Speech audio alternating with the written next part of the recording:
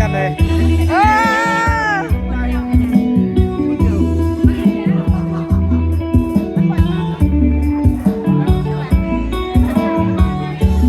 เอาไทยในบ้านไปก่อน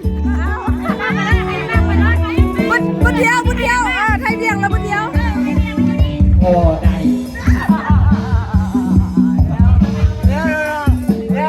เข้ามาเข้ามาแล้วฮะโอ้ยไม่เบียมัน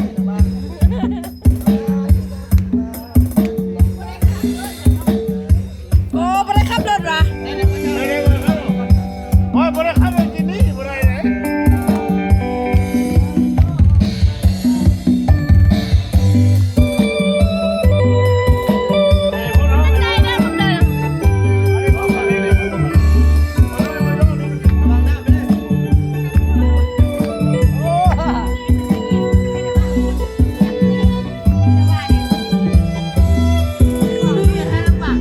อันนี้ไทยเบียง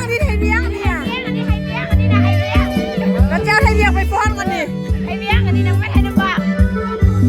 สายดำบางลองไหลมาถึงนาปีจุดไอเสียแล้วน้ำมีคนเขาเราขา